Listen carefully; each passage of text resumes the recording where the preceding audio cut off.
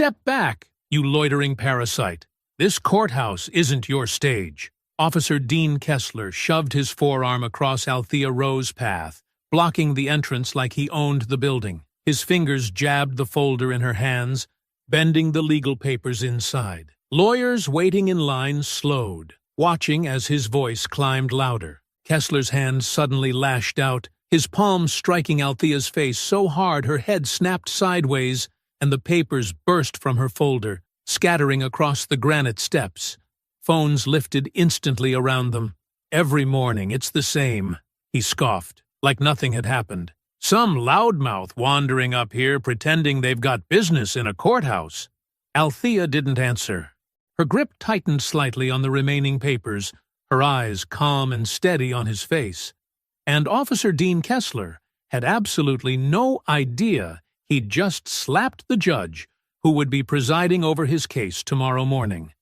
Before continuing, comment where in the world you are watching from and make sure to subscribe because tomorrow's story is one you can't miss. The morning sun cast long shadows across the courthouse steps as Judge Althea Rowe approached the building, her sensible shoes clicking against the concrete. She held her coffee in one hand and tucked a worn leather case file under her arm, blending seamlessly into the stream of suits and briefcases flowing toward the entrance. Her gray blazer and dark slacks were deliberately understated, the kind of practical outfit that wouldn't draw attention.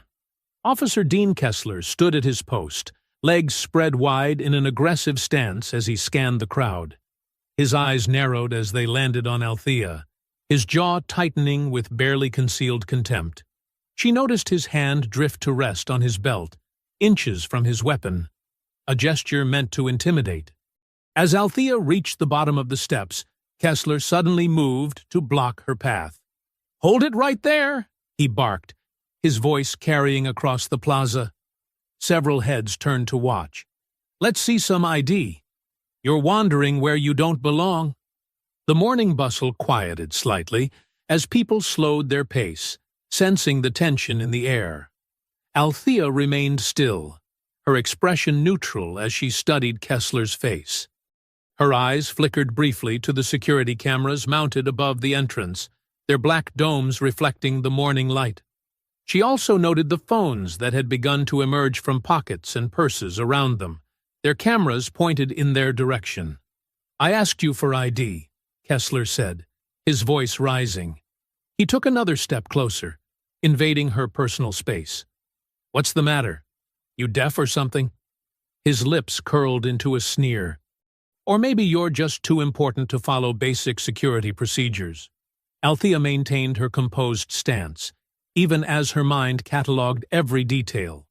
Kessler's badge number clearly visible on his chest, the slight tremor in his right hand, the faint smell of cigarettes on his breath. She could see courthouse regulars in the crowd, attorneys she knew, courthouse staff, all watching with growing concern. "Pretty fancy briefcase for someone who looks like they should be serving the coffee instead of drinking it," Kessler mocked, his voice dripping with disdain. A few gasps emerged from the onlookers. More phones appeared, recording the confrontation.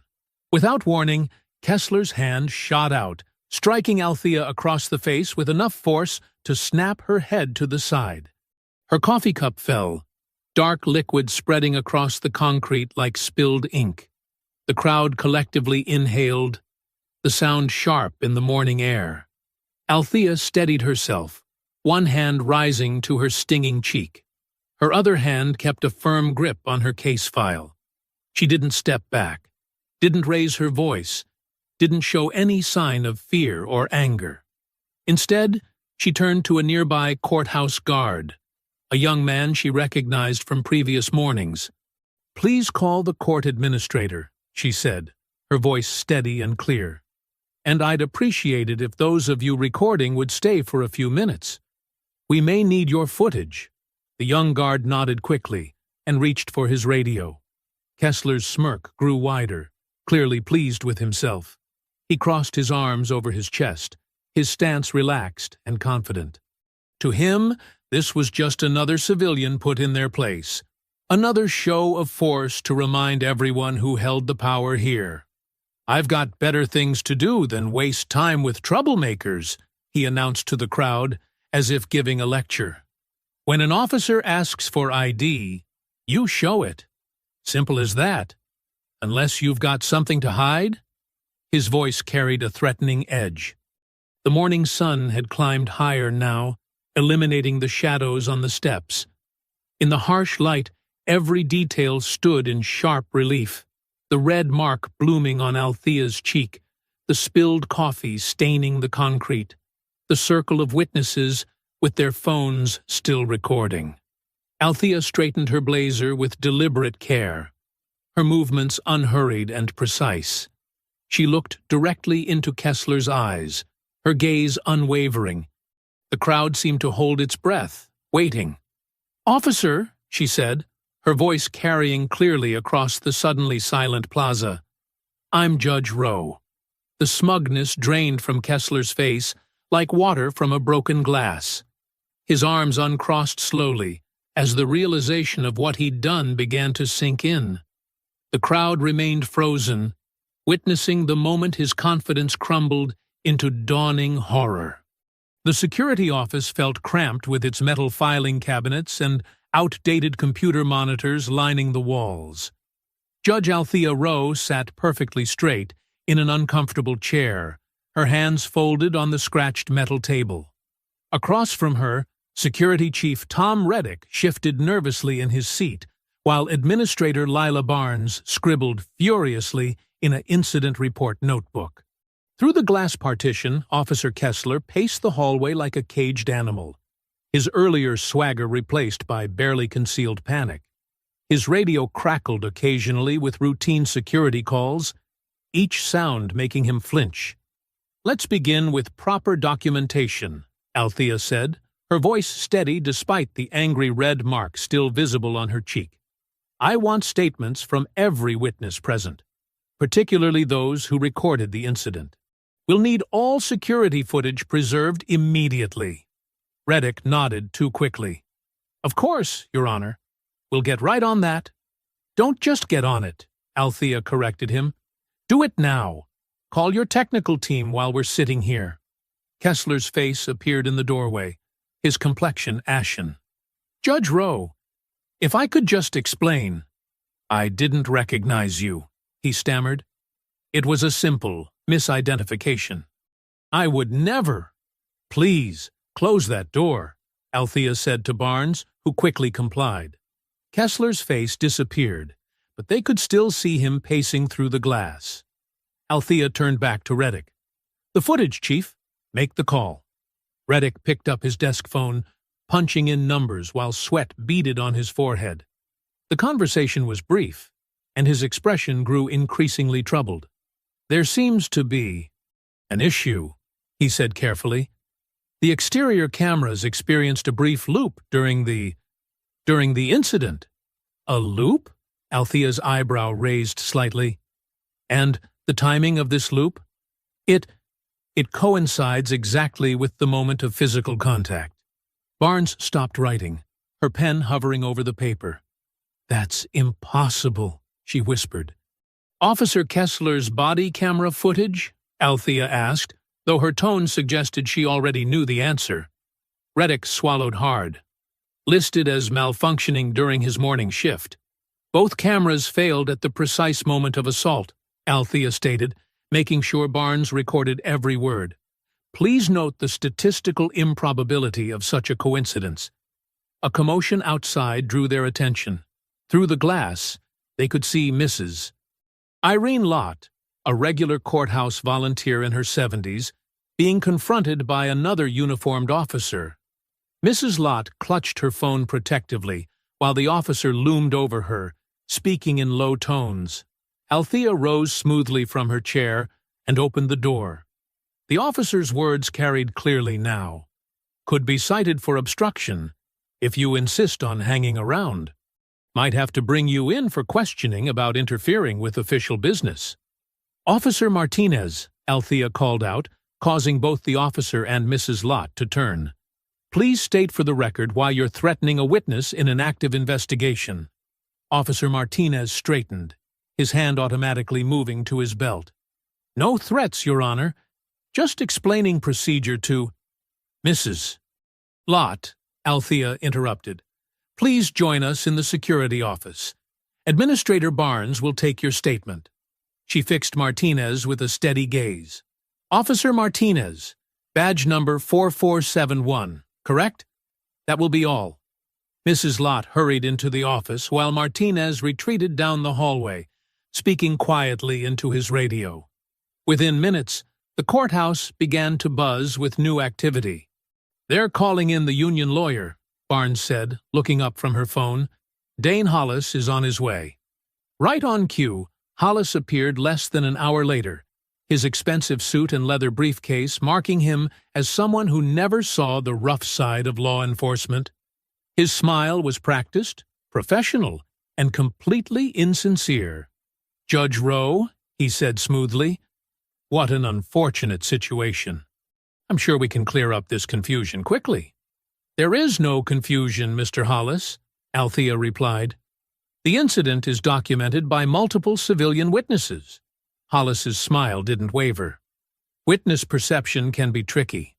In high-stress situations, people often misinterpret protective actions as aggressive ones. Officer Kessler was simply performing his duty with perhaps a bit too much enthusiasm. "Enthusiasm doesn't explain tampered security footage," Althea noted. "Tampered is a strong word, Your Honor," Hollis countered. "Technical glitches happen. And really, this whole situation stems from a simple misunderstanding. Officer Kessler has an exemplary record." Althea opened her case file, scanning the day's docket. Her eyes stopped on an entry she hadn't noticed earlier.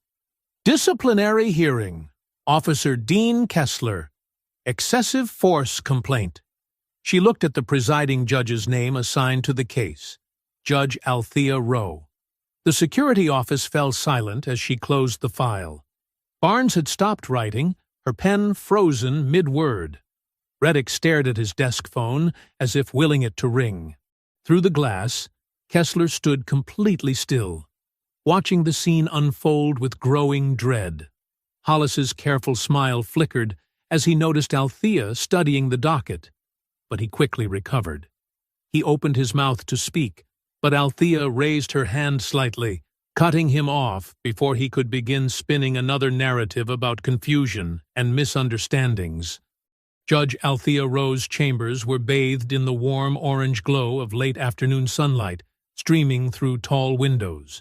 The wood-paneled walls seemed to absorb the light, creating an atmosphere that usually felt comforting. Today, however, the shadows seemed deeper, more ominous. Althea sat behind her desk, Officer Kessler's personnel file spread before her like a puzzle missing crucial pieces.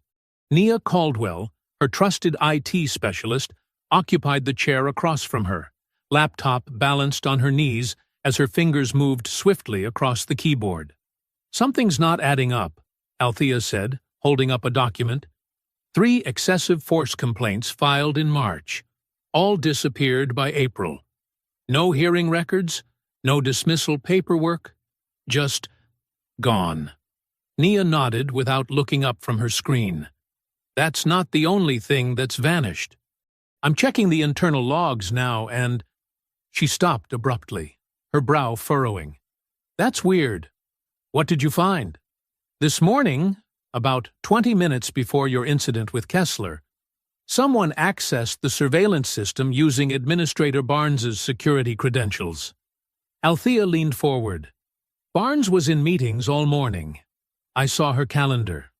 "Exactly," Nia confirmed, turning her laptop to show Althea the screen. "Look at this access pattern. They didn't just view the feeds. They overwrote specific time segments. It's like they knew exactly what they were looking for. Or what they needed to hide," Althea added, picking up another document. "Here's a disciplinary report from last year, signed by Captain Marcus Weber. But Weber transferred to Seattle 8 months ago. The signature dates don't match up." "No, they don't." Althea spread out more papers. "And here's another oddity. 3 supervisors who signed off on Kessler's positive performance reviews. All of them left the department within weeks of filing these reports. Nia typed rapidly, pulling up more records. Judge, some of these electronic signatures, they're using old authentication codes that should have been deactivated when those supervisors left. A soft knock interrupted their discussion. The door opened slightly, and Marta Velez, one of the senior courthouse clerks, slipped inside. Her usual cheerful demeanor was replaced by obvious anxiety. Her hands were clasped tightly together, and her eyes darted around the room. "Judge Rowe," she said quietly, "I'm sorry to interrupt, but—" She glanced meaningfully at Nia. "Anything you need to say can be said in front of Ms. Caldwell," Althea assured her. "We trust her completely." Marta nodded, then reached into her pocket and withdrew a folded piece of paper. "This needs to be for your eyes only. Please read it when you're alone." Althea took the note, but didn't set it aside. "Marta, you're shaking. What's wrong?" The clerk moved closer to the desk, lowering her voice even further. "Officers have been searching offices after hours. They say they're doing security sweeps, but they're going through files, through computers." "Which officers?" Nia asked, her fingers poised over her keyboard.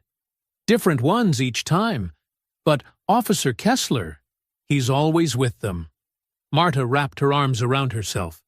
"They spent 2 hours in records yesterday. When I came in this morning, files were out of order. Drawers left open." Althea carefully unfolded the note, scanning its contents. Her expression remained neutral, but her grip on the paper tightened slightly. The note detailed the death of Gideon Pike, a government contractor found in his car 3 days ago. The official report called it a heart attack, but the note suggested otherwise. Pike had been investigating police contracts, following a trail of irregular payments and inflated budgets that led straight to the courthouse. "He tried to warn people," Marta whispered. "Pike came to the courthouse last week asking questions about vendor payments and security upgrades. The next day, his access badge was revoked. Then—" She didn't finish the sentence. "These documents Pike was looking for," Althea said carefully. "Do you know what they contained?" Marta shook her head. "But whatever they were, they scared someone. The night Pike died, someone used master keys to access the financial archives. The next morning, whole sections of contract files were just empty." Nia's typing grew more intense. "Judge, I'm seeing unauthorized access attempts in the archives database from that night. Someone tried to purge digital records too, but the backup system caught it. Can you recover what they tried to delete?" "Maybe, but—" Nia hesitated. "These attempts came from inside the building, from terminals that need special clearance to even access." Althea stood, gathering the scattered papers into a neat pile. "Marta, thank you for bringing this to my attention. For your safety, I think you should take a few personal days." "But the quarterly reports can wait," Althea finished firmly. "Go home. Stay there. I'll contact you when it's safe." After Marta left, Nia closed her laptop. "What do you want me to do?" "Start with those backup files. Work from home if you can. Don't let anyone know what you're looking for." The rest of the afternoon passed in tense silence as they carefully documented everything they'd found. When the sun finally set, casting long shadows across the chamber floor, Althea knew it was time to leave. The parking lot was nearly empty when she emerged from the building. Her sensible sedan sat alone under a flickering light, and something about it immediately caught her eye. As she drew closer, she saw it. A black ribbon, tied with precise care to her driver's side mirror. Across the street, a patrol car idled in the shadows. Even through the tinted windows, she could make out Officer Kessler's silhouette, watching her with the patient stillness of a predator. The streetlights cast long shadows through Althea's windows as she stepped into her darkened home. Her hand moved automatically to the alarm panel, fingers tapping in the code while her eyes swept across the familiar space. Nothing seemed disturbed, but the day's events had sharpened her awareness of details. She engaged 3 separate locks on the door, a habit from her days as a civil rights attorney that suddenly felt relevant again. Her case files made a soft thud as she set them on the kitchen table, the sound echoing in the quiet house. The kitchen clock read 9:47 p.m. Althea removed her jacket, draped it over a chair, and reached for the kettle. Tea wouldn't solve anything, but routine offered comfort, and she needed clarity to process everything she'd learned. Her phone buzzed just as she was measuring loose leaves into the strainer. Unknown number. Althea's hand hovered over the device for a moment before answering. "Hello?" Static crackled through the speaker, followed by a voice so digitally distorted it barely sounded human. "Judge Rowe. Smart people know when to let things go." Althea reached for a pen and notepad, her movements deliberate and calm. "Who is this?" "The complaint against Officer Kessler. Drop it. Or you'll lose more than just your career." The voice paused, artificial tones grating against her ear. "Accidents happen to stubborn people." "Is that a threat?" Althea asked, noting the exact time, 9:49 p.m., and the number sequence displayed on her phone. "It's advice. From someone who'd hate to see you end up like Pike." The line went dead. Althea studied her notes, then opened her contacts and scrolled to a number she hadn't used in months. Eli Mercer answered on the 3rd ring. "Judge Rowe?" He sounded surprised. "It's been a while." "I need information about Gideon Pike," she said, skipping pleasantries. "The contractor who died last week." A pause. "Interesting timing. I've been looking into that myself." Papers rustled in the background. "Official report says heart attack. But Pike was training for a marathon. Had a physical 2 weeks ago. Perfect health. What was he working on? Government contracts, mostly. Specifically, a series of massive security upgrades at state facilities." More rustling. Pike noticed something odd about the billing. Companies getting paid 3 times market rate for basic installations. Shell corporations winning bids without proper documentation. Althea moved to her window, keeping to the side of the frame. "Which facilities?" "Courthouses, police stations, anywhere handling sensitive records or evidence." Eli's voice lowered. Pike traced some of these companies back to offshore accounts. He was about to file a formal complaint with the state auditor. Then he died. "Yeah, then he died." Keys clicked as Eli typed. "But here's the thing. These contracts? They all got fast-tracked through the governor's office. No review, no competitive bidding. Just straight approval and immediate funding." Movement caught Althea's eye. A dark sedan had parked across the street, its headlights still burning. "How much money are we talking about?" "Initial estimate? At least $50 million over the past 18 months. But Pike thought that was just the surface." Eli paused again. "Judge, why are you asking about this now? I received some information today suggesting Pike's death wasn't natural." "From who?" "I can't say yet." Althea watched as a second set of headlights joined the first. "But I need everything you have on these contracts, especially anything connecting them to courthouse security operations. Give me a day to compile it safely. This isn't the kind of thing we should send electronically." "Agreed. And Eli? Be careful who you talk to about this." After ending the call, Althea remained at the window. Both vehicles sat motionless, their engines running despite the mild evening. She methodically switched off every light in the house, then returned to observe from behind the heavy curtains. Minutes stretched by. The cars remained, their presence too deliberate to be coincidental. Finally, after almost 15 minutes, they pulled away one after another, moving slowly down the street until they disappeared around the corner. Instead of relief, Althea felt a familiar surge of purpose. the same energy that had driven her through difficult cases and dangerous investigations in her earlier career. She returned to the kitchen table and opened a fresh manila folder. Working by the dim light above her stove, she began assembling documents. Her judge's credentials gave her access to public records that others might miss. She started with grant applications for courthouse security upgrades, cross-referencing them with contractor lists and payment schedules. Patterns emerged quickly. Companies with no previous experience suddenly winning million-dollar contracts. Budget items labeled as essential security measures with no detailed breakdowns. And through it all, a trail of approvals leading directly to the governor's office. In her notebook, Althea created a timeline: Pike's investigations, the missing complaints against Kessler, the conveniently malfunctioning cameras, the vanished supervisors who had signed suspicious documents. When she connected the dates, they formed a clear picture of systematic corruption. At the bottom of the page, she wrote a single line: "If intimidation starts this early, they're protecting something big."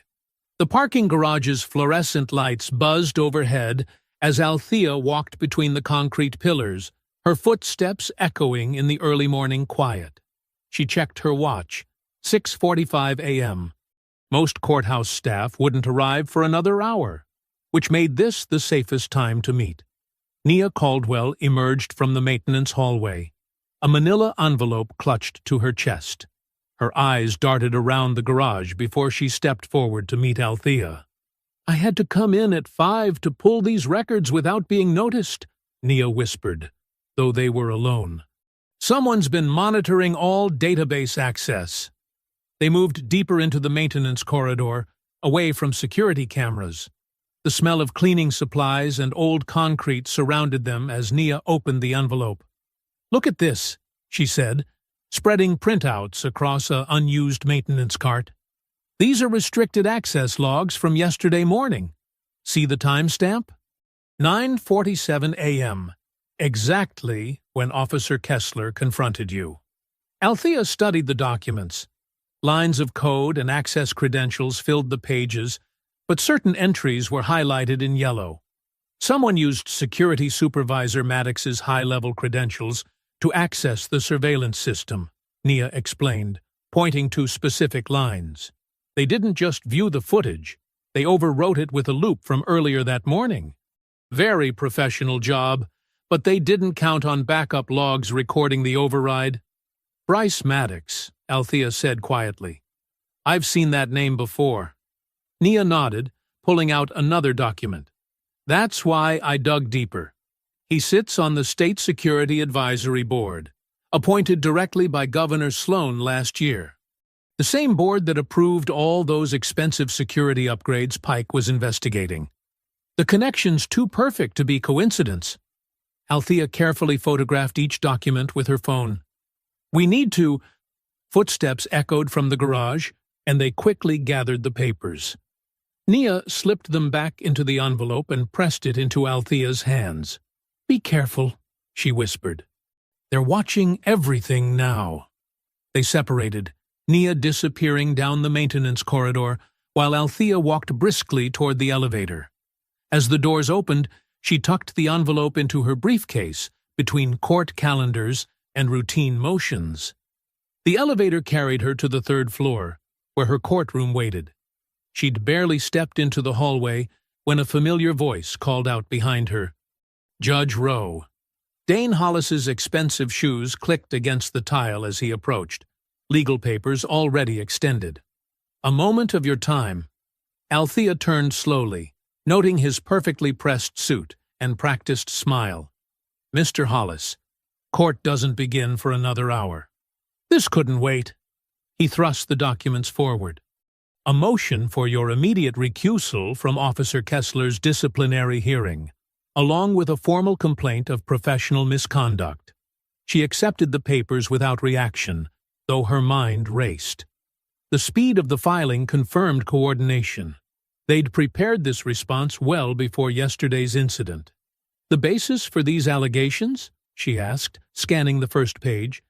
demonstrated bias against law enforcement. Hollis's smile didn't reach his eyes. Your hostile and unprofessional response to a simple security check yesterday morning created a clear conflict of interest. Officer Kessler cannot possibly receive a fair hearing under these circumstances. A simple security check that coincidentally wasn't captured on any working camera. Technical issues happen. He shrugged. But your behavior afterward, demanding investigations, harassing witnesses, pursuing personal vendettas, it's completely inappropriate for a sitting judge. Before Althea could respond, her phone vibrated. She held up one finger to pause Hollis and checked the screen. Unknown number. Judge Rowe? The voice was shaking. This is Irene Lott. From yesterday morning? I need to tell you something. Mrs. Lott, are you all right? No, I'm not all right. Irene's words tumbled out in panic. An officer came to my house before sunrise. He said if I testified about what happened, my teenage son might have trouble with the police. Said they could plant drugs in his car. Or worse. My husband's out of town, and I don't know what to do. Althea's grip tightened on her phone. Mrs. Lott, are you somewhere safe? I'm at my sister's house. But they knew where I lived, knew about my son's after-school schedule. They're watching us. I want you to stay there. Document everything that happened, including the officer's description. I'll have someone contact you shortly. After ending the call, Althea looked up to find Hollis watching her with calculated interest. Problems?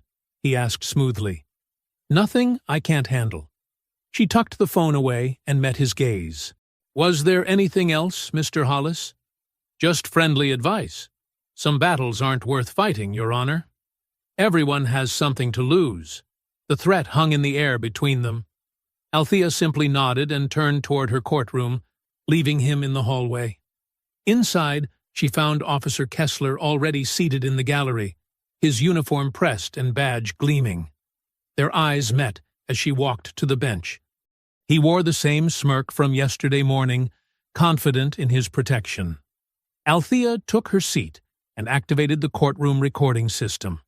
She looked directly at Kessler as she spoke into the microphone. Let the record reflect that all attempts at witness intimidation, evidence tampering, and obstruction of justice will be fully documented and submitted for investigation. This court will not be deterred by threats or coercion. She paused, her voice carrying clearly through the room.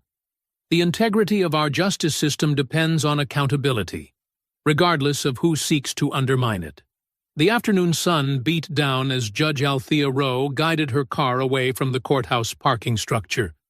Her mind churned over the morning's revelations, the access logs, the threats against Mrs.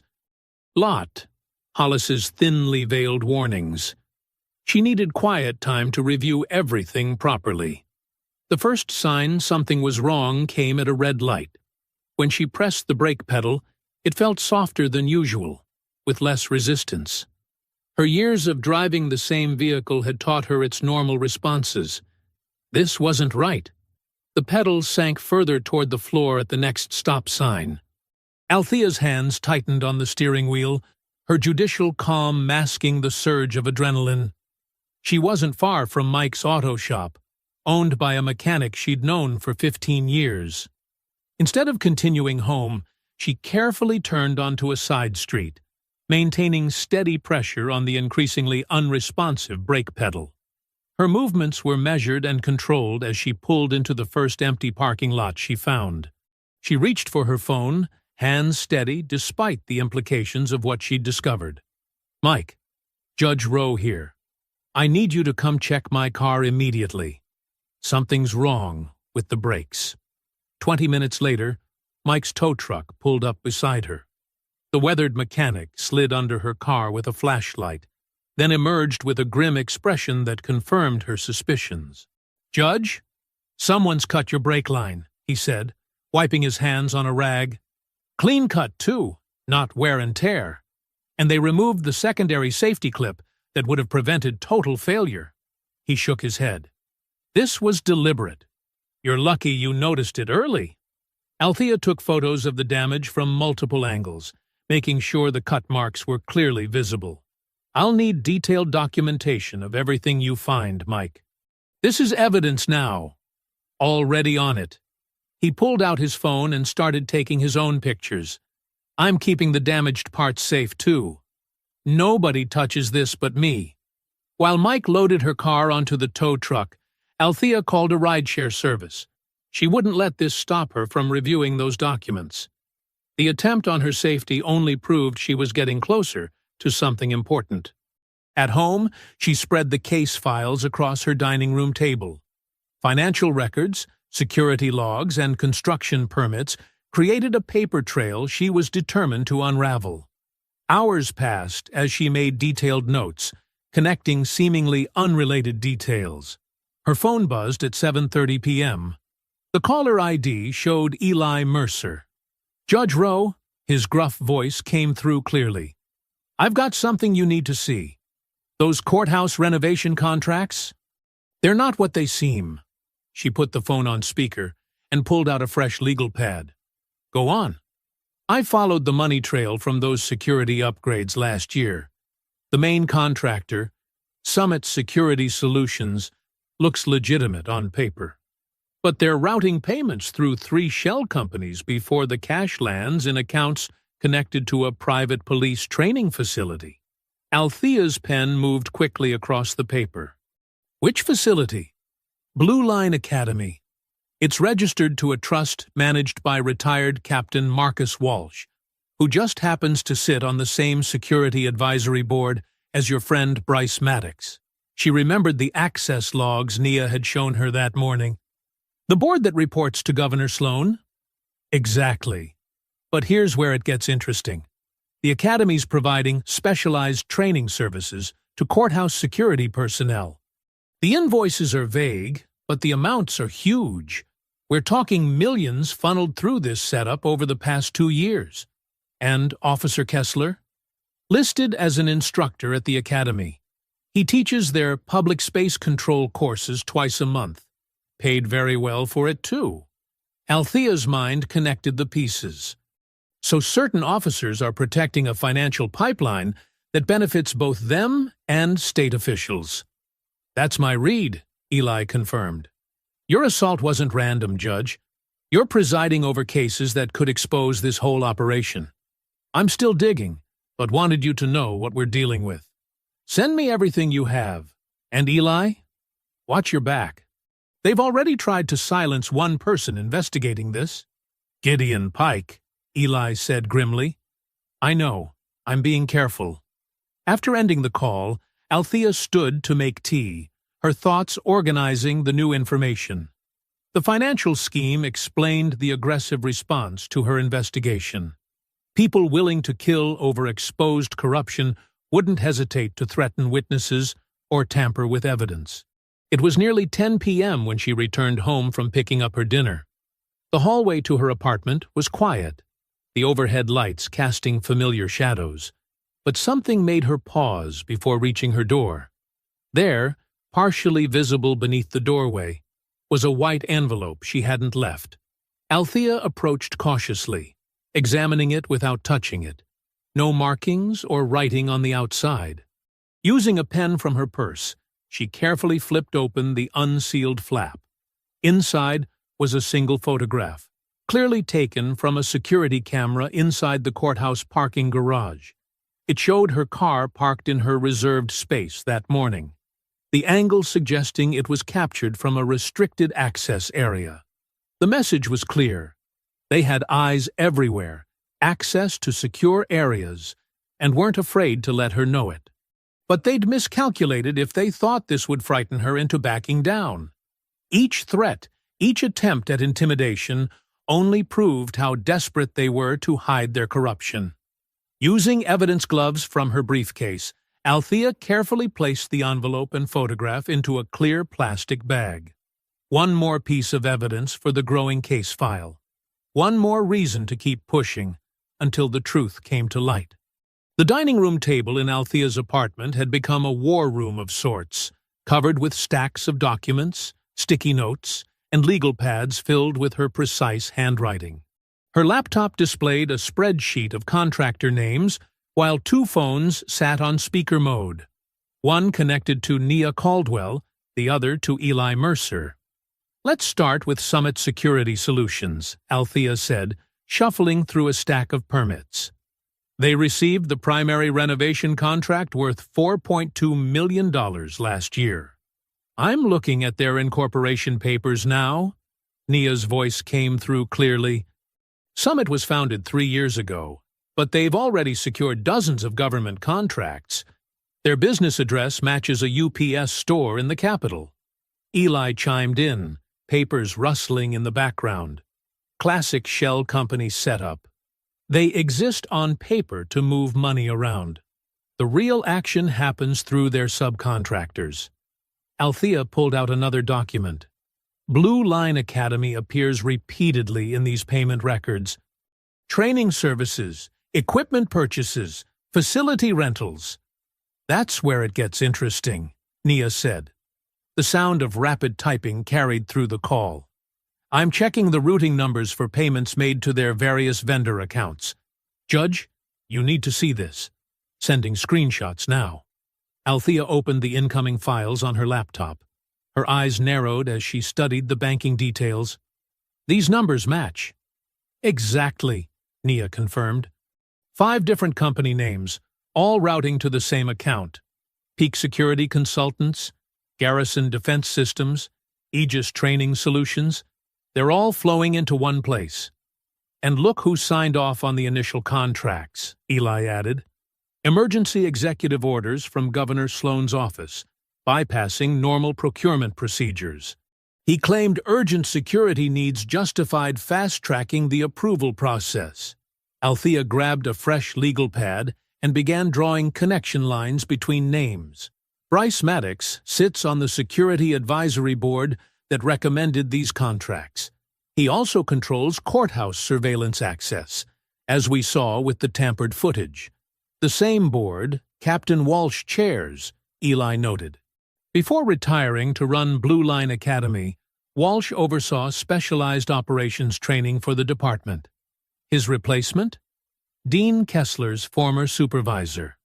"The connections keep spiraling outward," Althea murmured, adding more lines to her diagram.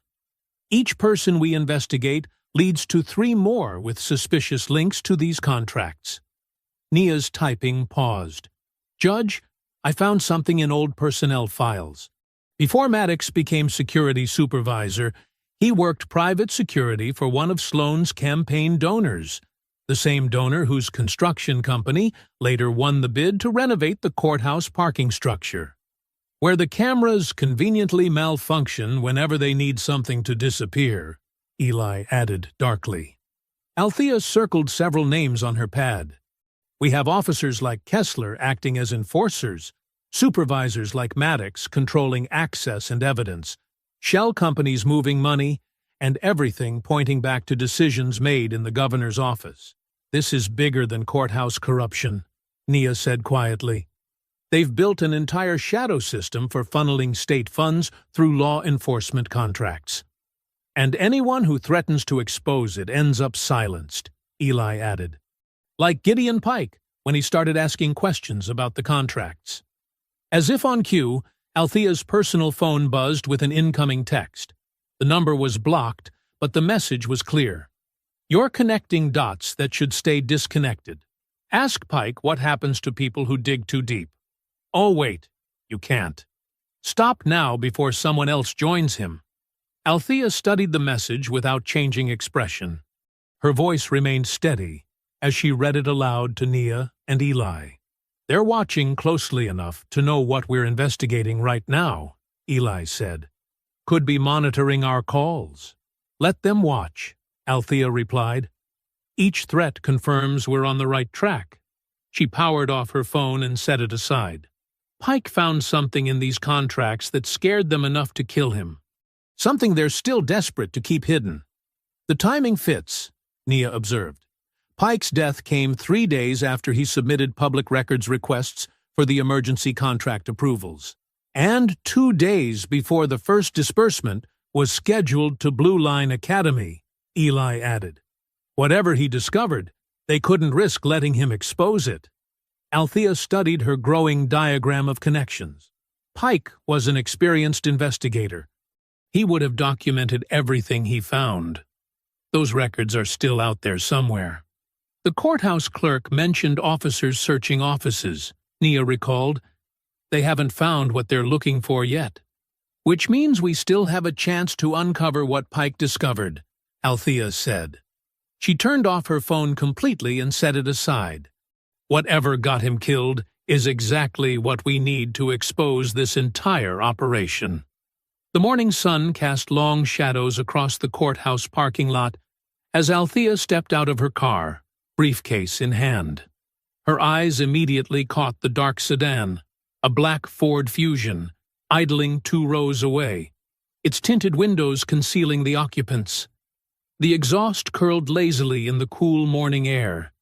She made a point of not looking directly at it, instead checking her phone while mentally noting details. Virginia plates, fairly new model, government-style hubcaps, the kind of unremarkable vehicle favored by surveillance teams.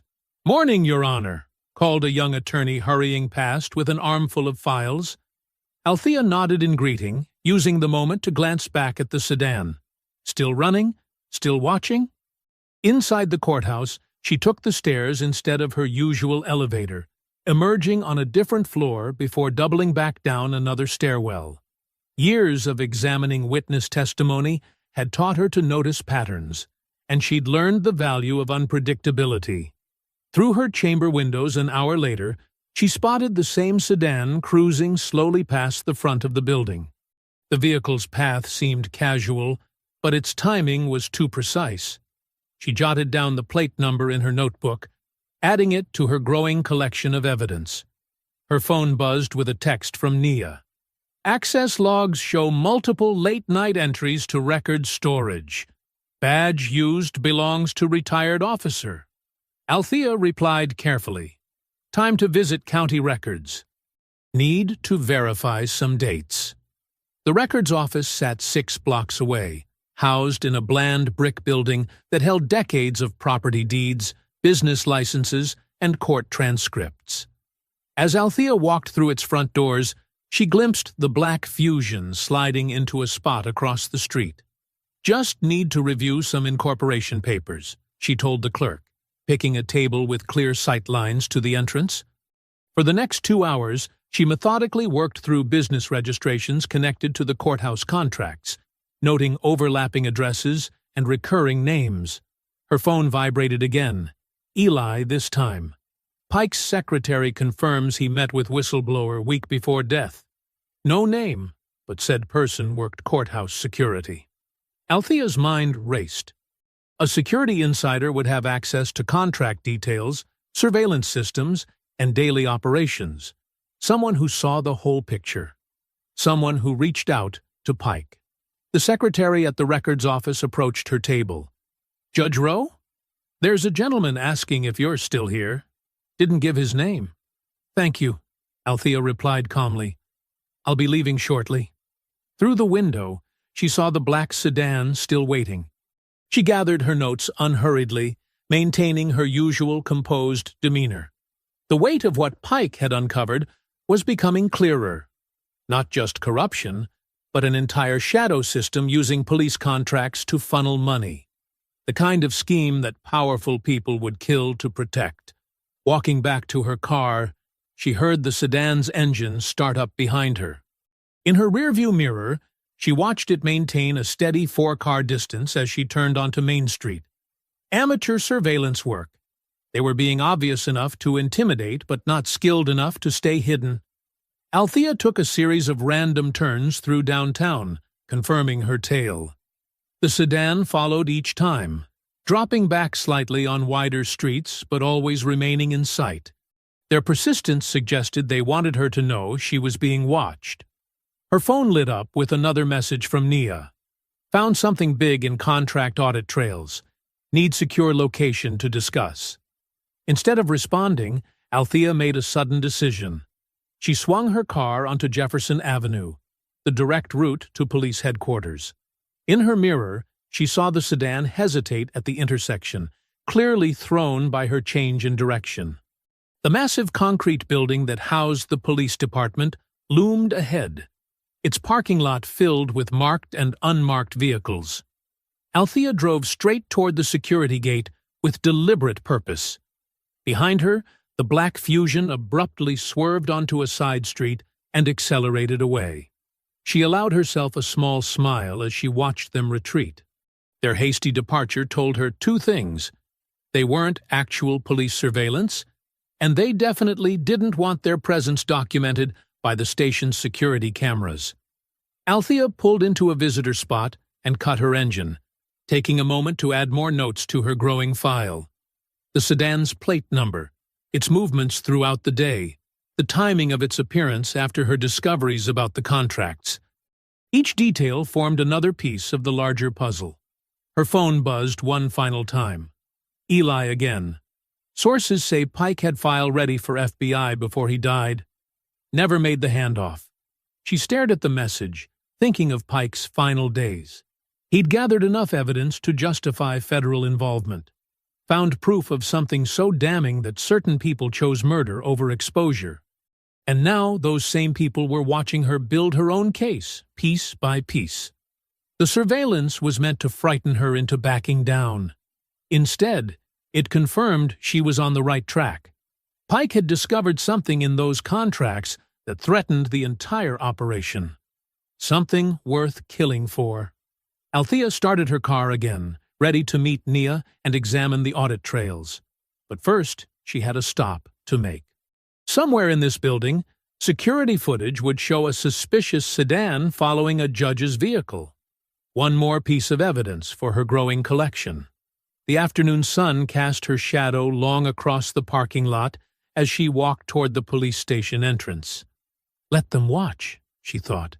Every move they made brought her closer to the truth Pike died trying to expose.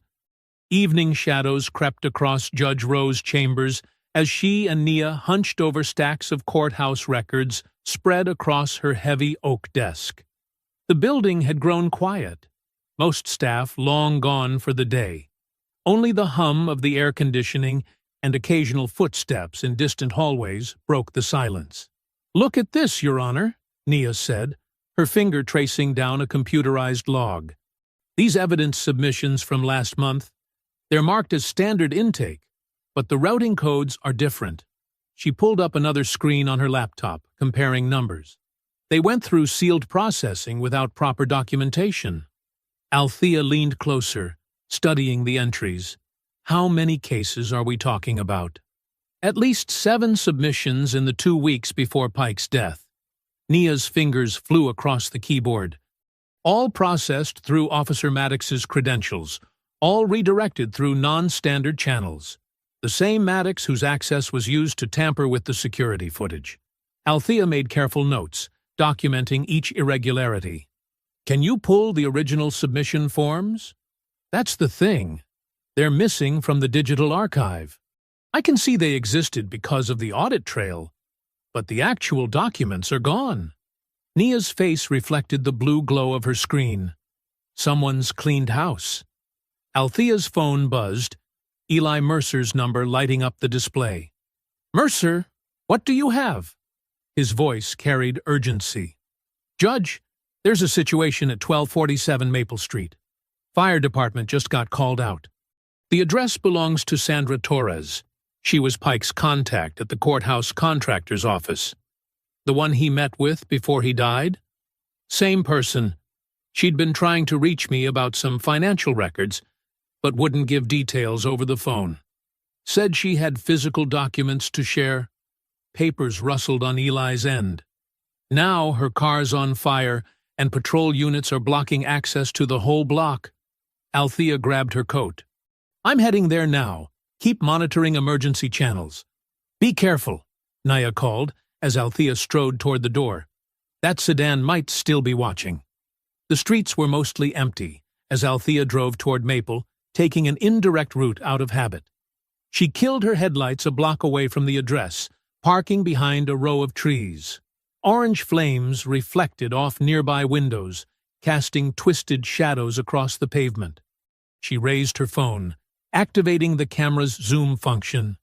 Through the lens, she could see firefighters battling the blaze, consuming what looked like a late-model Toyota. The fire's intensity suggested an accelerant. This was no accident. Police cruisers formed a perimeter, their lights painting the scene in alternating red and blue. Officers kept curious neighbors back, their movements practiced and controlled. Among them stood Dean Kessler, his posture relaxed as he chatted with another officer. He showed none of the urgency normally displayed at an active crime scene.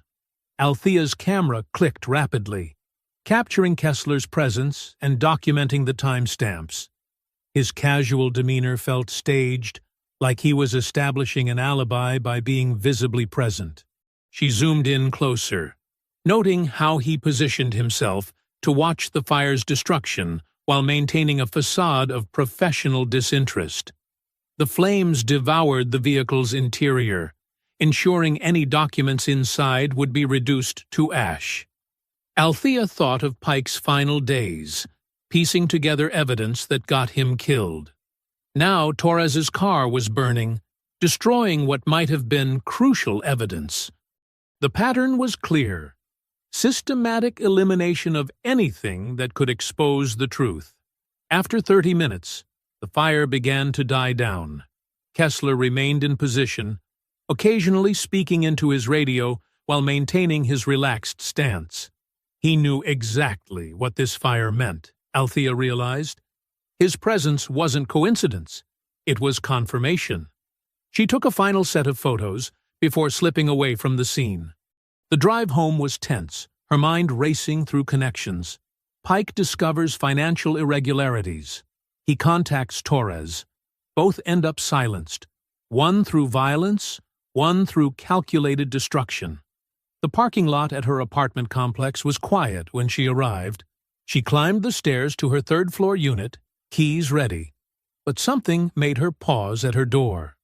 The deadbolt was engaged, exactly as she'd left it, but the door itself sat slightly ajar, perhaps a quarter-inch of space visible between door and frame. Althea stepped back, examining the entrance. No obvious damage to the lock or wood. A professional job, meant to send another message. She pulled out her phone and began documenting, photographing the door position, and taking careful notes. Inside, the apartment appeared undisturbed at first glance. But Althea's methodical nature had served her well. She knew exactly how she'd left things. The stack of case files on her dining table had been shifted slightly to the left. Her laptop remained closed, but the power light indicated it had recently been in use. She didn't touch anything, continuing to photograph the subtle signs of intrusion. The message was clear. They could access her space at will, examine her evidence, monitor her progress. But they'd wanted her to know they'd been there. Another attempted intimidation, like the black ribbon on her car mirror and the threatening phone calls. The intruders had likely copied her files, photographed her notes. They now knew exactly what evidence she'd gathered about Pike's death, the financial irregularities, and Kessler's involvement. Yet they'd left everything in place, choosing psychological pressure over outright theft.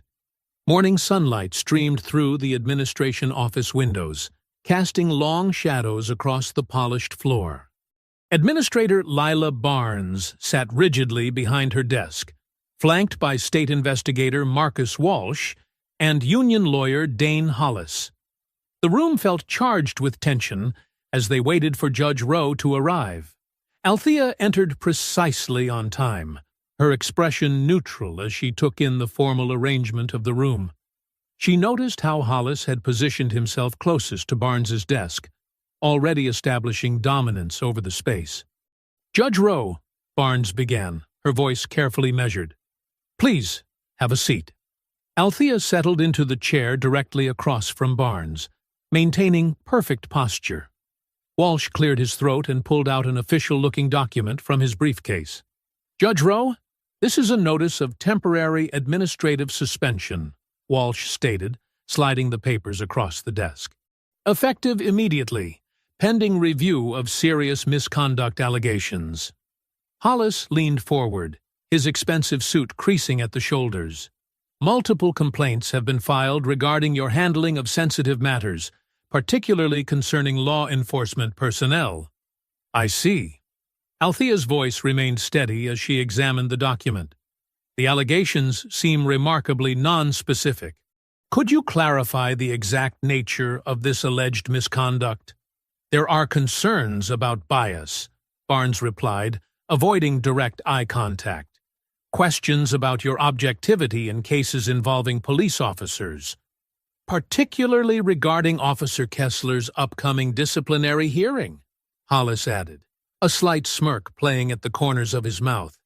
Given recent interactions, Althea carefully read each page, noting dates and reference numbers. I noticed these complaints were all filed within the last 24 hours. Rather swift coordination. Walsh shifted uncomfortably in his chair. The timing is irrelevant. The allegations are serious enough to warrant immediate action.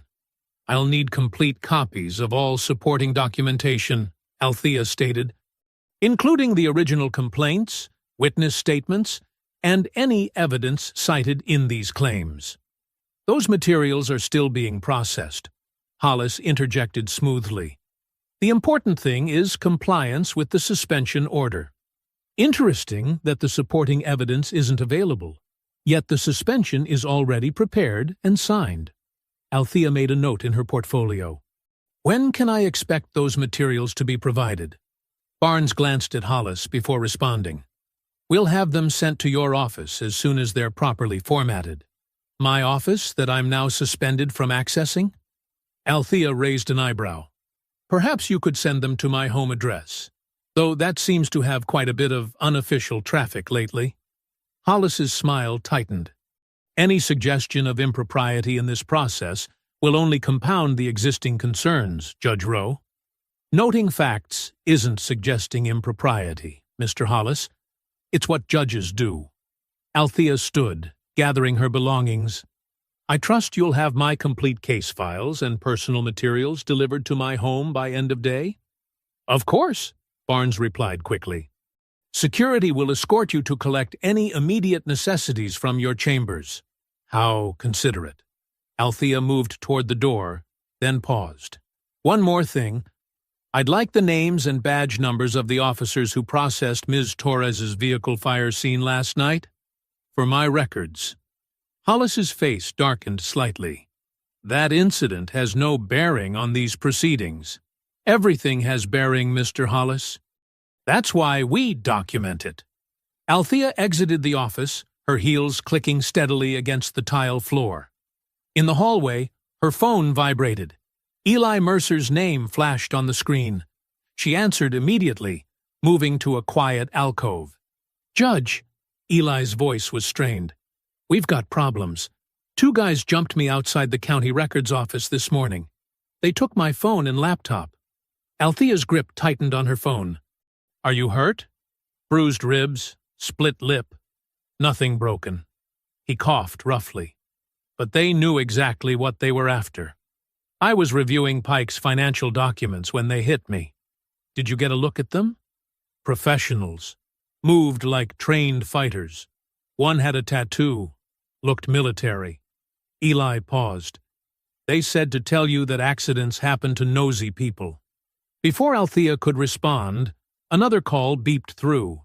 Nia Caldwell. I have to take this, Eli. Get yourself checked out and lay low. She switched calls. Nia? They searched my apartment last night. Nia's voice shook slightly. Some kind of warrant about electronic evidence tied to courthouse security. They took my personal laptop and external drives. Did they show you the warrant? Flashed it quickly. Signed by Judge Marshall. Nia lowered her voice. But Marshall's been on medical leave for 2 weeks. I checked the logs myself yesterday.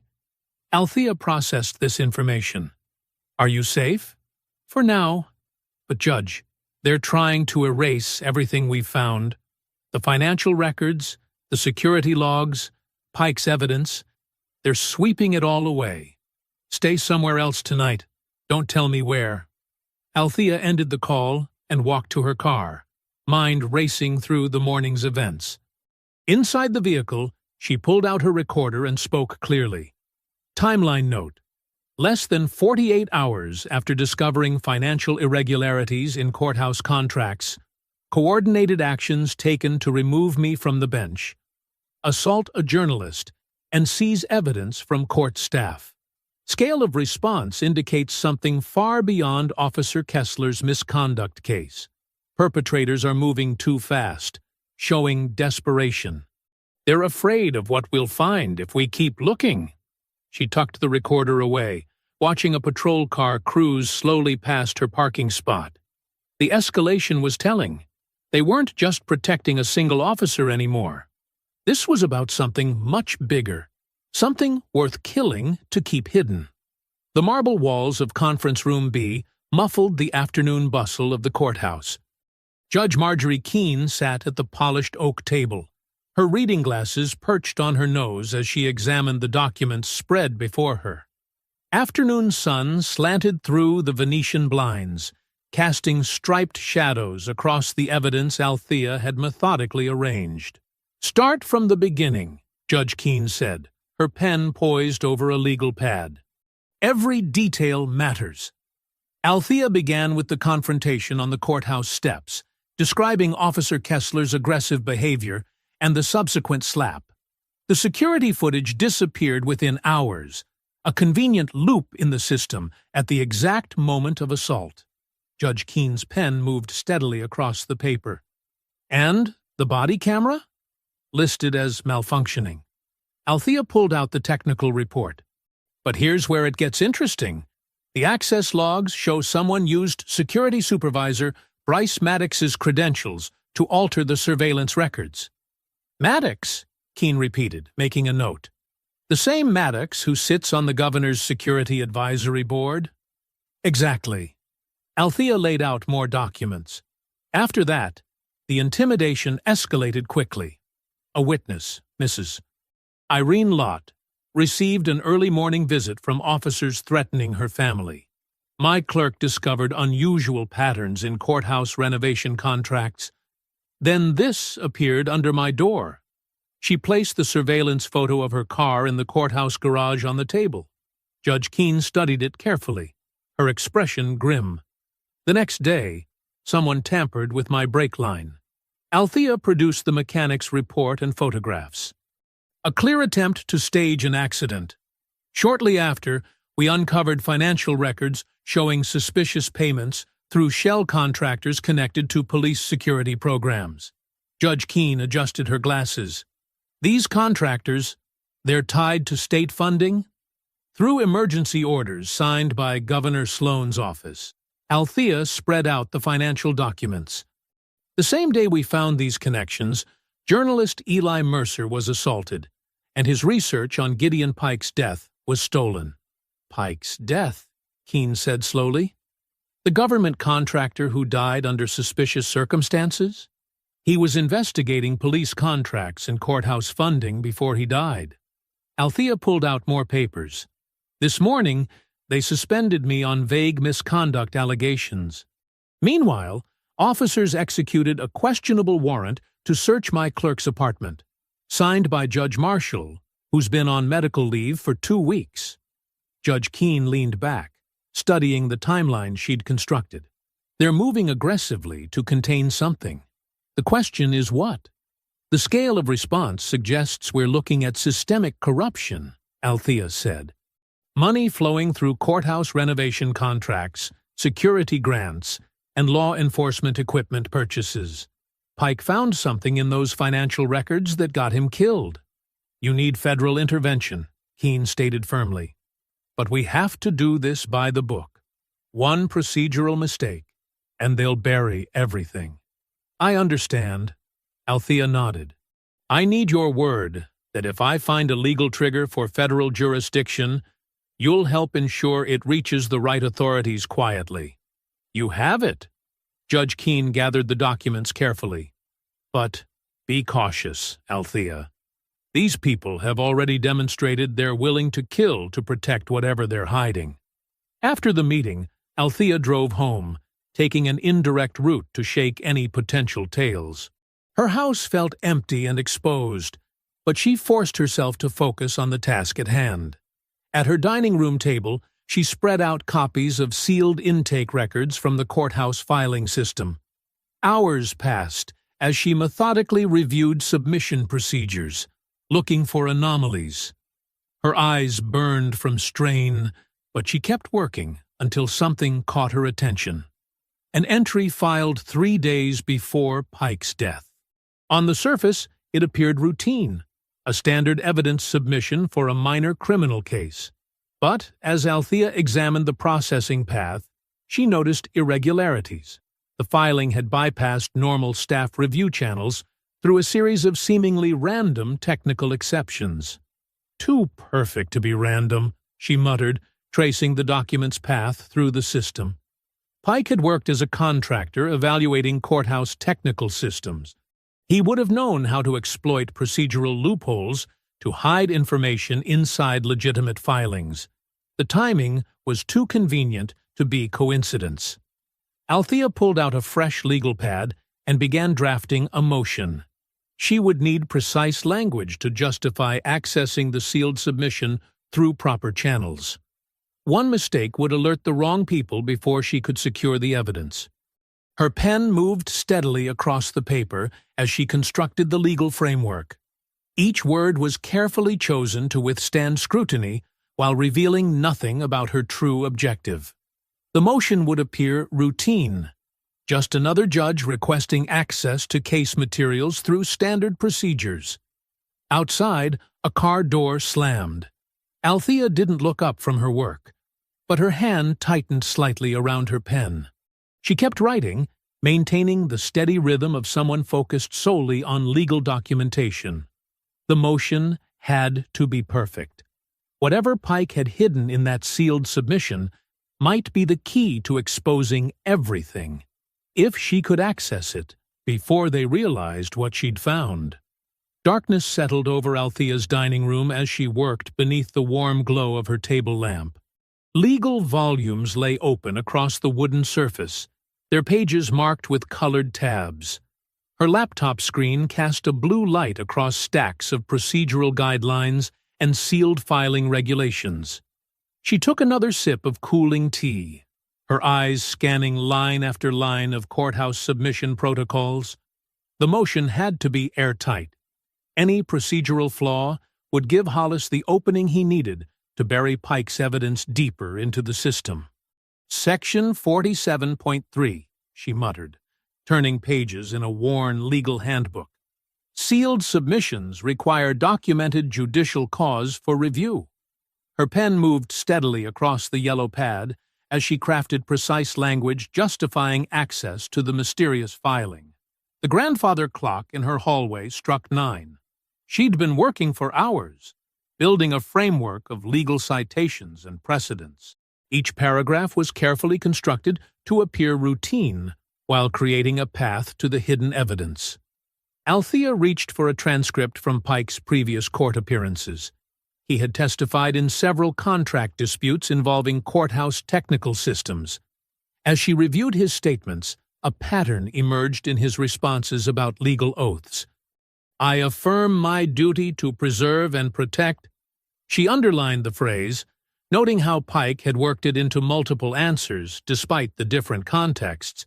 The wording seemed deliberately placed, too specific to be coincidental. Her mind raced through possibilities. Pike knew the system inside out. He would have anticipated attempts to block access to whatever he'd hidden.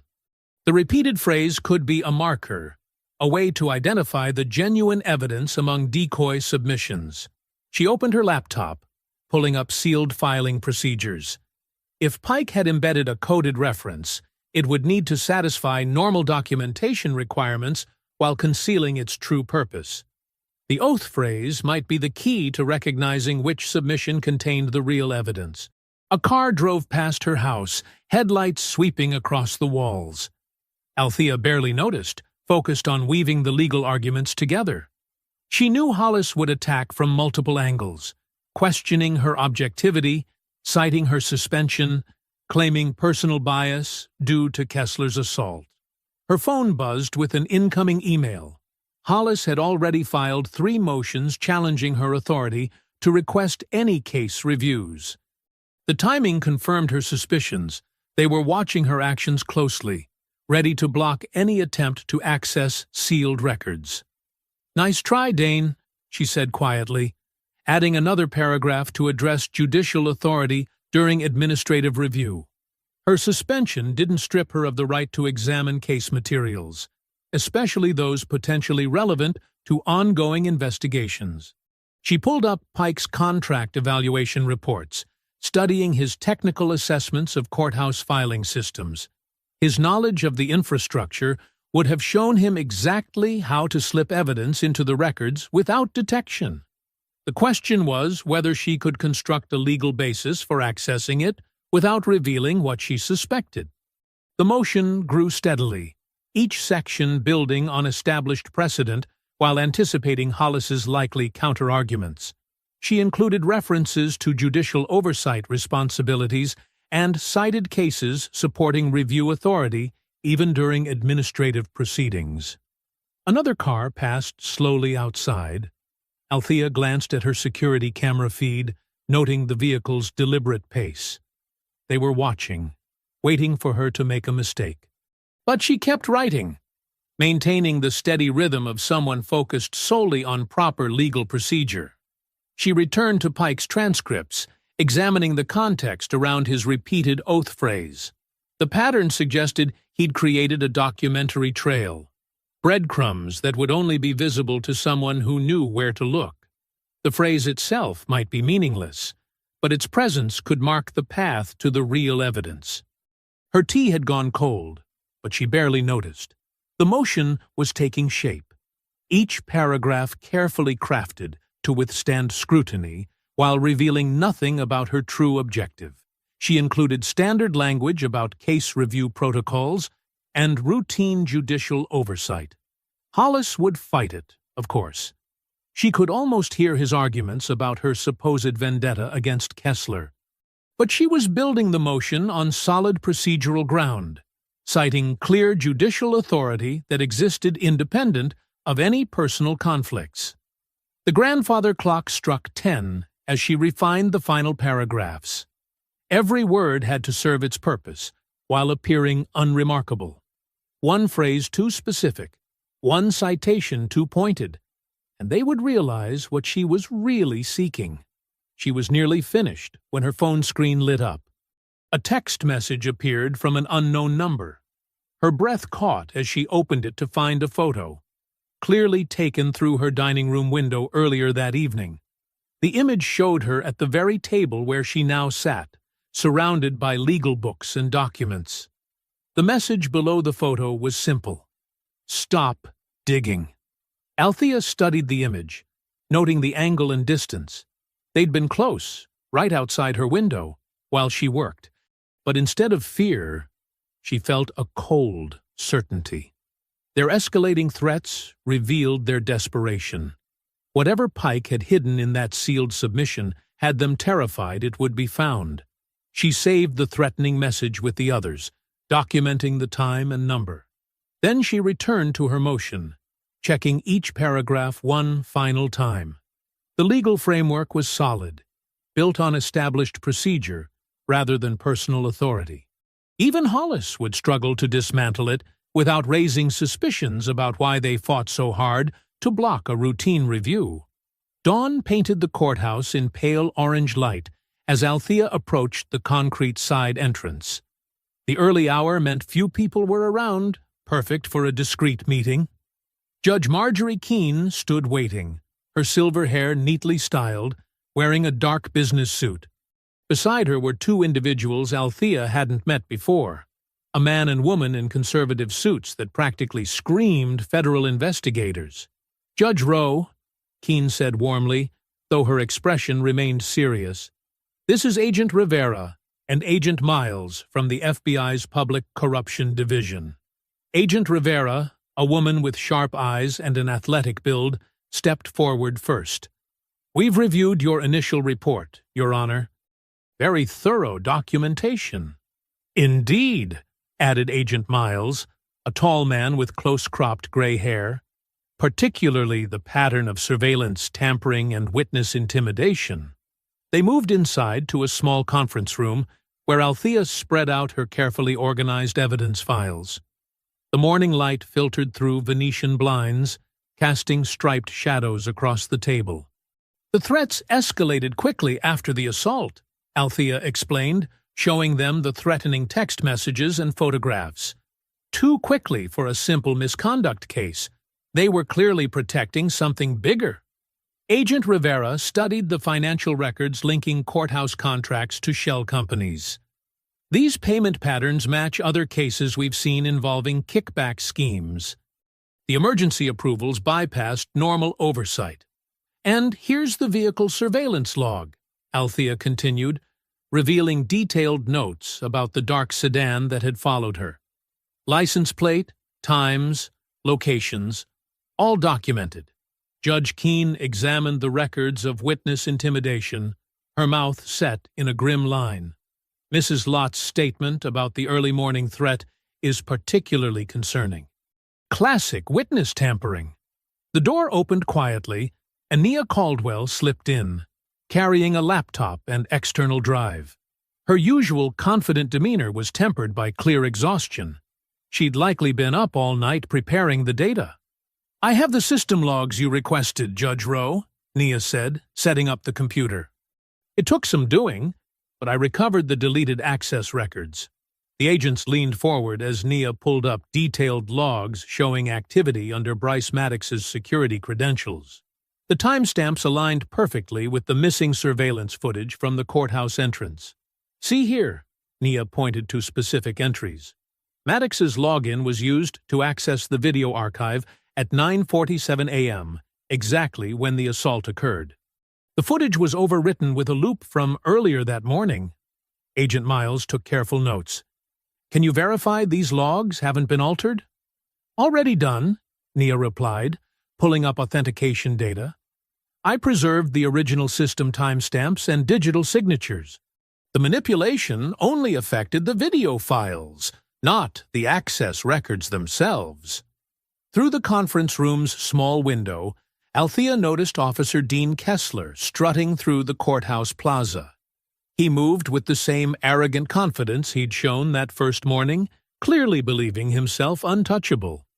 His swagger spoke of a man who thought he had powerful protection. "Kessler's disciplinary hearing is scheduled for 2 o'clock, Althea noted, watching him disappear into the building. "He seems awfully relaxed for someone facing serious misconduct charges." "Because he expects them to disappear, like all the others," Judge Keene said grimly. "How many complaints vanished from his file again?" 7 in the past year alone," Althea answered. "All dismissed under unusual circumstances. The supervising officers who signed off on those dismissals are no longer employed here." Agent Rivera studied the sealed submission records. "Tell us more about this filing from Gideon Pike. Why do you believe it contains critical evidence?" Althea explained her discovery of Pike's repeated oath phrase and the unusual processing path of the submission. Pike knew courthouse systems inside out. He could have hidden evidence where only someone following specific markers would find it. "The timing fits," Agent Miles noted. "Pike submitted this just days before his death, and the processing irregularities suggest someone tried to bury it deeper in the system." Judge Keene reviewed Althea's motion for accessing the sealed submission. "The legal framework is solid. They'll have trouble blocking this without raising more red flags." Through another window, they could see Bryce Maddox entering the security office, his movements precise and controlled. Unlike Kessler's swagger, Maddox moved with the careful efficiency of someone who preferred to remain unnoticed. "We'll need eyes on the key players," Agent Rivera said, "especially during the hearing." "I can monitor security system activity from my office," Nia offered. "If anyone tries to access or alter records during the proceedings, we'll know immediately." The agents spent the next hour reviewing protocols for the upcoming hearing. They would maintain discreet observation positions while Judge Keene handled the court session. Everything had to appear routine to avoid tipping their hand. Judge Keene signed the order, authorizing review of the sealed submission, her signature flowing across the page with practiced ease. "We'll convene at 3 o'clock, after Kessler's disciplinary hearing. That should give us time to process all necessary documentation." Agent Miles secured the evidence files in a reinforced briefcase, while Agent Rivera coordinated with their surveillance team via text. The pieces were in place, but they all knew the real challenge lay ahead. "Remember," Judge Keene cautioned as they prepared to disperse, "maintain normal routines. Anyone watching for unusual activity needs to see business as usual." They left the conference room individually, spacing their departures to avoid drawing attention. Althea was last to exit, carrying only her regular case files. To any observer, she appeared to be simply preparing for another day in court. The main courtroom buzzed with tension as people packed the wooden benches. Afternoon sunlight streamed through tall windows, casting long shadows across the polished floor. Judge Marjorie Keene sat at the elevated bench, her presence commanding instant respect. Her steel-gray hair and black robes seemed to absorb the light, making her appear like a statue of justice personified. Althea Rose sat at the plaintiff's table, her posture straight and professional despite her suspended status.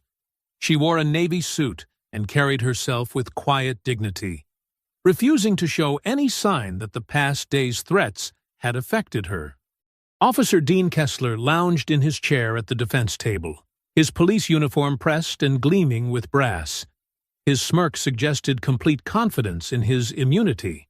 Beside him, Union Attorney Dane Hollis arranged papers with practiced efficiency, occasionally whispering something that made Kessler nod and smile wider.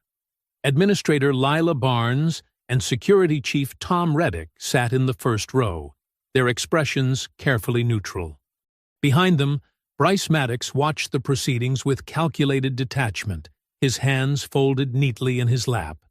The security supervisor's face betrayed nothing, but his eyes constantly scanned the room. In the back row, partially hidden by shadow, sat Eli Mercer. The journalist's face showed dark bruising around his left eye, and he held himself stiffly, clearly still hurting from his recent assault. He balanced a small notebook on his knee, pen ready. "This hearing will come to order," Judge Keene announced, her voice cutting through the murmurs. "We are here to address multiple serious allegations, including assault, witness intimidation, and evidence tampering." Dane Hollis rose smoothly. "Your Honor, we continue to object to these proceedings. Judge Rowe's suspension clearly demonstrates her bias." "Objection noted," Keene interrupted firmly, "and overruled. Judge Rowe appears today as both complainant and witness to events directly relevant to this investigation." The courtroom deputy approached carrying a sealed evidence package in transparent plastic. "Evidence Package 47B, submitted by contractor Gideon Pike on April 15th, he announced formally. "Let the record show the seal is intact," Judge Keene stated. "Please read the chain of custody." As the deputy recited dates and signatures, Althea noticed Bryce Maddox's hand twitch slightly, the first crack in his composed facade. Kessler was still smirking, clearly unaware of the significance of Pike's submission. When called to testify, Althea approached the witness stand with measured steps. She felt the weight of every eye in the courtroom, but focused on delivering her testimony with precise clarity. "On Monday morning at approximately 9:45 a.m., I approached the courthouse entrance," she began. "Officer Kessler blocked my path and demanded identification in an aggressive manner." She described the assault in clinical detail. The mocking tone, the deliberate humiliation, the sudden slap that echoed off the courthouse columns. Her voice remained steady as she outlined the subsequent disappearance of surveillance footage and the suspicious access logs Nia had uncovered. Mrs. Irene Lott was prepared to testify about witnessing the assault. Althea continued, until an officer visited her home before dawn and threatened her family. Hollis jumped up. Objection! Hearsay! Mrs. Lott provided a sworn statement. Judge Keene replied, which has been entered into evidence. Continue, Judge Rowe. Althea described the cut brake lines, the threatening messages, the surveillance photos left at her home. With each revelation, the atmosphere in the courtroom grew heavier. Even Kessler's smirk began to waver. A forensic technician wheeled in a secure computer station. The sealed package was carefully opened, revealing a standard black flash drive labeled with an ordinary court filing number.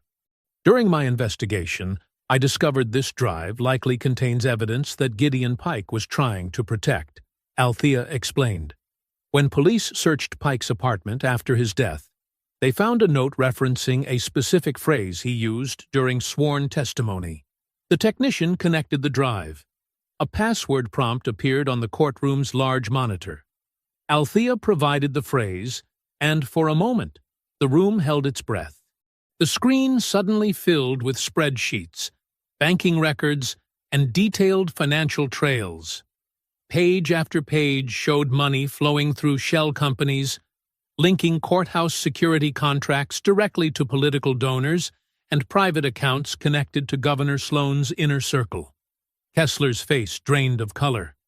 His chair scraped loudly against the floor as he shoved backward, turning toward the exit. But before he could take 2 steps, the heavy courtroom doors swung open. Agents Rivera and Miles stepped through, badges displayed, handcuffs glinting in the afternoon light. Kessler froze, his escape route blocked, as gasps and exclamations filled the courtroom. Bryce Maddox's carefully maintained composure finally cracked completely, his face showing naked fear as he stared at the damning evidence displayed on the screen. Dane Hollis sat stunned, his legal papers forgotten, while Administrator Barnes pressed her hand to her mouth in shock. In the back row, Eli Mercer wrote furiously in his notebook, documenting every detail of the scene unfolding before him. The courthouse steps baked under the afternoon sun as a crowd gathered, drawn by the sudden arrival of federal vehicles and the buzz of breaking news. Television crews rushed to set up cameras while reporters pressed forward, their microphones extended like probing fingers. The same steps where Officer Kessler had assaulted Judge Rowe now became the stage for his public downfall. The heavy wooden doors burst open. 2 federal agents emerged first, flanking Officer Dean Kessler. His polished brass badge and crisp uniform now seemed like a costume, a facade stripped away by the steel handcuffs binding his wrists. His earlier smirk had vanished, replaced by a sickly pallor as cameras flashed and onlookers pointed. "Is this related to Gideon Pike's death?" a reporter shouted. Kessler kept his head down, shoulders hunched, as the agents guided him toward a waiting federal vehicle.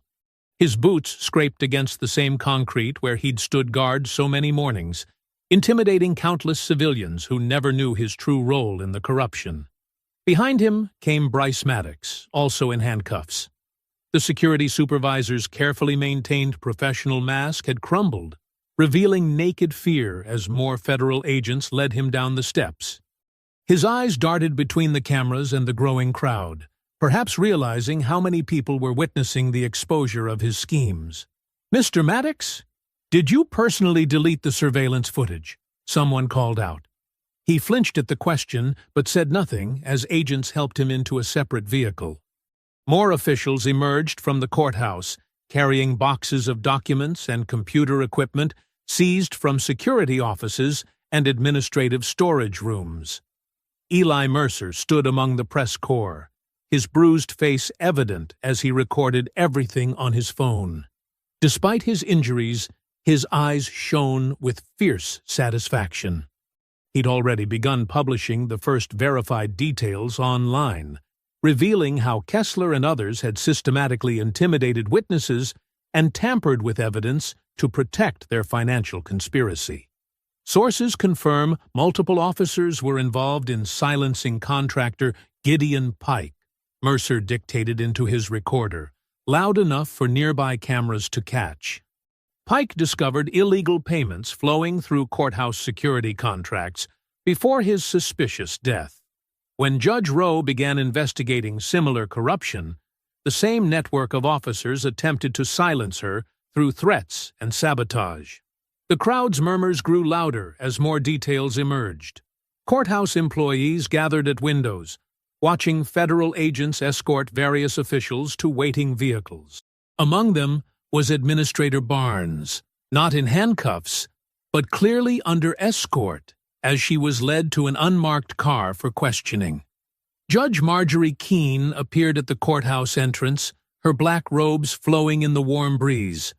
The crowd fell quiet as she approached a cluster of microphones. "The federal investigation is ongoing," she announced firmly. "However, I want to address one matter immediately. Judge Althea Rowe's temporary suspension is hereby lifted. Her actions throughout this ordeal demonstrated remarkable judicial restraint and meticulous attention to proper procedure, even while facing direct threats to her safety." Cameras swiveled to capture Althea standing quietly near the courthouse doors. She remained composed, her expression neutral as she watched the scene unfold. The same steps where Kessler had tried to humiliate her now witnessed his disgrace and the collapse of his protective network. More vehicles arrived carrying state investigators. They headed straight for government offices connected to Governor Sloan's administration, their badges glinting as they disappeared inside buildings. Word spread quickly that the investigation had expanded beyond the courthouse, reaching into state contracts and political donations. Documents revealed in today's hearing prove systematic corruption, Mercer continued reporting, his voice carrying across the crowd. Multiple shell companies were used to funnel courthouse security funds into private accounts. Officers like Dean Kessler acted as enforcers, using intimidation to protect the scheme. When Gideon Pike uncovered the evidence, they silenced him. When Judge Rowe began investigating, they tried the same tactics. The afternoon sun cast long shadows across the courthouse facade as federal agents continued their work. Bystanders pointed phones at the procession of officials being questioned and evidence being collected. Social media exploded with images of Kessler and Maddox in handcuffs, their faces destined to become symbols of exposed corruption. Mrs. Irene Lott pushed through the crowd, tears in her eyes as she approached Judge Rowe. "I'm so sorry I couldn't testify," she said softly. "When that officer threatened my children—" "You have nothing to apologize for," Althea assured her. "Your safety was more important." The evidence spoke for itself. From the street below came the sound of sirens as more federal vehicles arrived.